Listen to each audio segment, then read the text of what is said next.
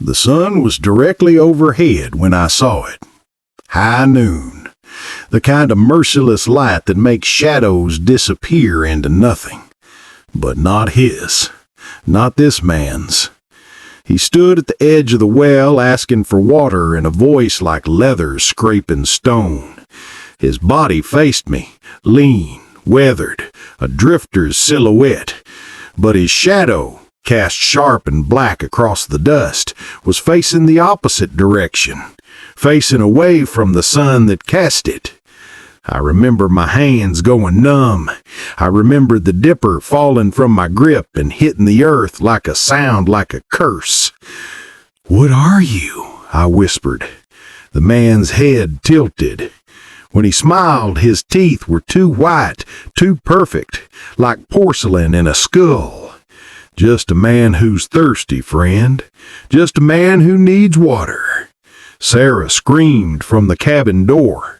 My rifle was across the room, and I understood in that frozen moment that some things don't ask for permission before they cross the line between the real world and the impossible. Some things just arrive on a Tuesday afternoon and ask for hospitality, and you have to decide whether to give it or die trying to refuse.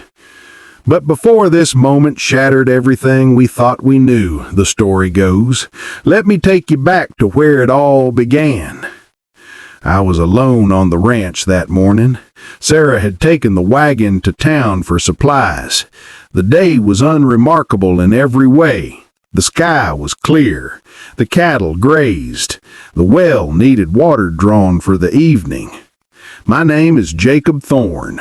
I've lived on this stretch of frontier for 11 years, since my wife Catherine died in childbirth along with our son.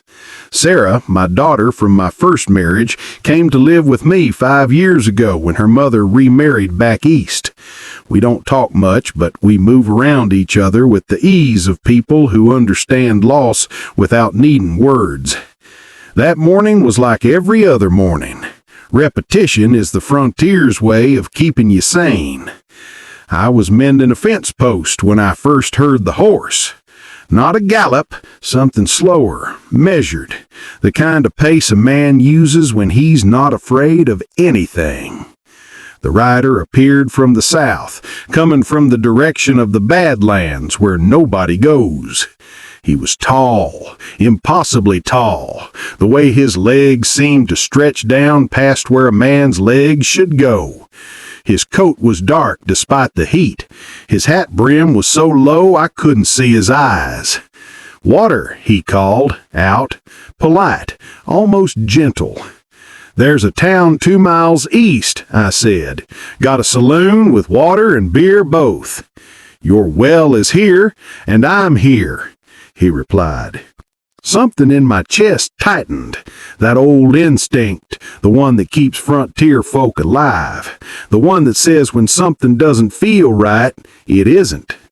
But he was just a man, wasn't he? "The well's round back," I said, pointing. He nodded and moved toward it with a gait that wasn't quite a walk, like his joints bent in directions joints shouldn't bend. Sarah returned as the sun was reaching its peak. The stranger was still at the well, but he wasn't drinking. He was standing beside it, one hand trailing across the wood, his fingers moving slowly as though reading something written in the grain. "Father," Sarah whispered, pulling the wagon around the far side of the house. "Who is that?" "Someone asking for water." "Have you given it to him?" "Not yet." Sarah watched him for a long moment. She was 19, old enough to understand when something was wrong, young enough to still be afraid. She said quietly, "Something about him feels like a lie." We went inside. I watched from the window as the stranger remained at the well, utterly still, as though waiting for something. The strangest part was this. His horse had moved around the house and now stood on the opposite side of the well from where it had been. But I never saw him move the horse. I never saw him move at all. That night he sat at our table. I'd invited him in. Couldn't think of a reason not to. Not one I could explain. We had bread and salt pork. He ate nothing, just watched us eat. His movements jerky and deliberate, like someone learning how to be human by studying our actions. "How long you been riding?" I asked. "A long time," he said. "Longer than you'd believe." "Where you headed?" "North," he said. "There's something I need to find. Someone I lost." Sarah had knocked over her water cup. Her face had gone pale. "Who?" I asked. The stranger's head turned toward me at an angle that seemed impossible. "A woman. She had hair like starlight. She was kind to me once, a long time ago, when I was still becoming.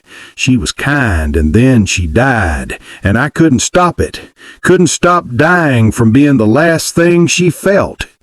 "I don't understand," I said. "No," he agreed, "you don't." He slept in the barn. In the morning, I found him in exactly the same position we'd left him in. Hadn't moved, hadn't shifted, just stood there in the dark like a thing pretending to sleep. Sarah refused to leave her room. "He's not a man," she whispered through the door. "Father, please, he's not a man." On the third day, I went to the well at noon to draw water. The sun was high and clean, and I saw it then, the shadow falling wrong. His body facing one direction, the dark outline beneath him facing another, pulled by a sun that physics said shouldn't be able to touch it. I dropped the dipper. "You've seen," the stranger said behind me. He'd approached without sound, without motion I could detect. "You was wondering how long it would take. What are you?" "A thing that wore a man for so long it forgot it was wearing," he said. The words came out hollow, rehearsed. "I took a form. I lived it. I loved in that form, briefly, and when she died, the form broke. But I couldn't stop using it. I liked being Jacob before I was nothing, so I kept walking in the shape of a man." "You're not real." "The water I drink is real," he said. "The ground beneath my feet is real. Your fear is real." He stepped into the sunlight. The shadow twisted beneath him like something in pain. "But I'm not anymore. Maybe never."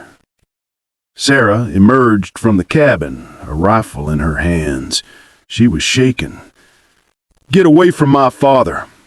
"I'm going to," the stranger said gently. "That's why I came. That's why I always come to a place, ask for water, and then leave. I'm looking for her grave. I've been looking for 15 years across deserts and mountains and towns that forgot they were towns. She's buried somewhere in the north, and I'm going to find her and—" He stopped. His mouth moved, but no sound came. "And what?" I asked. "I don't know," he whispered. "I think I'm supposed to end. I think that's what happens when you find the person you loved and you're not real anymore. You stop." In that moment, I understood something that changed everything. He was as trapped as we were, more trapped. He was a ghost wearing a man's shape, held together by a love that had curdled into obsession, and he couldn't stop moving because stopping meant acknowledging he was already dead. Go north. Find her." "Father," Sarah started. "Let him go." But he didn't leave. That night the fever came. Sarah woke screaming. The stranger stood at the foot of her bed, his hand extended, tears flowing from his eyes like water from the well. Not tears of sadness, tears that moved wrong, that dripped upward as often as down. "Your mother," he whispered to her. "What was your mother's name?" "Eleanor. How did you—" "Eleanor," he repeated. "That was her name. The woman I loved, the woman I was real for, Eleanor Thorne." My hands went cold. I pulled him from the room and threw him against the cabin wall. You knew her? I killed her, he said simply. Not with my hands, with my presence. I was already becoming something wrong, and I didn't know it. I held her before I died the first time, and something in me poisoned her. She died because she loved something that shouldn't exist. She died because of a fever. Yes, my fever. The fever of a thing trying to be human. And his face was breaking apart now, pieces of it becoming translucent. And I've spent 15 years looking for where they buried her, so I could lie down in the earth beside her and finally be done. But I found you instead. Your daughter has her mother's eyes, and I thought maybe I could what? Could be real again? Just for a moment? Just enough to not be alone in the dark? I took him to the cemetery. It was only then that I remembered Eleanor Thorne, my first wife, the woman I'd met for only 3 weeks before she came west with me, pregnant with Sarah, carrying a fever she couldn't shake. She died in this house on a table with a stranger's cool hand on her forehead. Me, he had been with her. I don't know how, the stranger said as we stood before her grave, but I loved her. The part of me that could love loved her. She was kind to the drifter that came through looking for shelter. She gave me water. She let me sit with her when the fever came, even though something about me frightened her. And then she died, and I couldn't stop it, and I've been dying ever since, looking for a way to undo it. I stood in the dust of that cemetery and wept, not for Catherine, who was long dead, but for this thing that wasn't human, that had carried its grief across 15 years of wandering, that had loved my wife and paid for it with its only chance at being real. Forgive me, he said. There's nothing to forgive, I replied. You didn't kill her. You just loved her while you were dissolving. That's not a crime. That's a tragedy. His form was fading now, becoming translucent as the sun rose higher. By noon, he'd be gone. Not dead. Shadows don't die. Just dispersed. Released back into the nothing where he'd come from. Tell Sarah that her mother was the most real thing I ever knew. That for 3 weeks, I was real too. Tell her that some of us are just passing through, borrowing flesh for a moment, and that's all we're meant to do. I'll tell her. By the time the sun reached its peak, he was gone. Not dead. Shadows don't die.